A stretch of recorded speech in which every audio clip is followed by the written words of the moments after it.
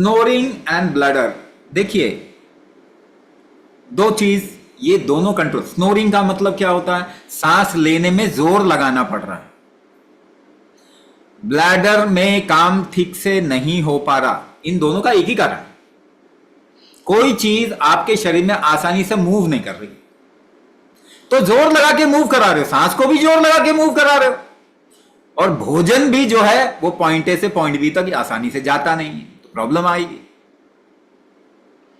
ठीक है ना, तो दोनों में ही क्या प्रॉब्लम है ये समझने की कोशिश कीजिए। जोर लगा रहे हैं, जोर लगाना तो बढ़ाना पड़ेगा, वो क्षमता तो बढ़ानी पड़ेगी। वो क्या है, कुंभक क्षमता बढ़ाएंगे। दूसरा फैक्टर क्या है, कुंभक से शरीर में जठराग्नि बढ़ती है, मेटाबॉलिक हीट बनती है, उसकी वजह से आपका डाइजेशन इंप्रूव हो जाए।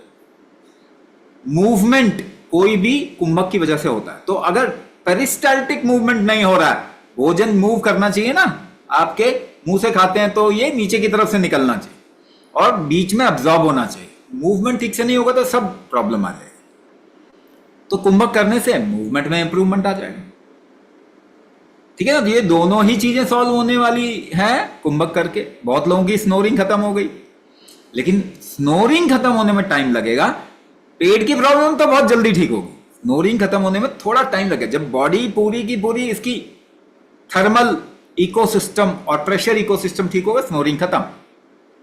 यानी गर्मी का वातावरण शरीर के अंदर सही होगा, वात का वातावरण सही होगा, प्रेशर का वातावरण सही होगा, तो स्नोरिंग खत्म हो जाएगी।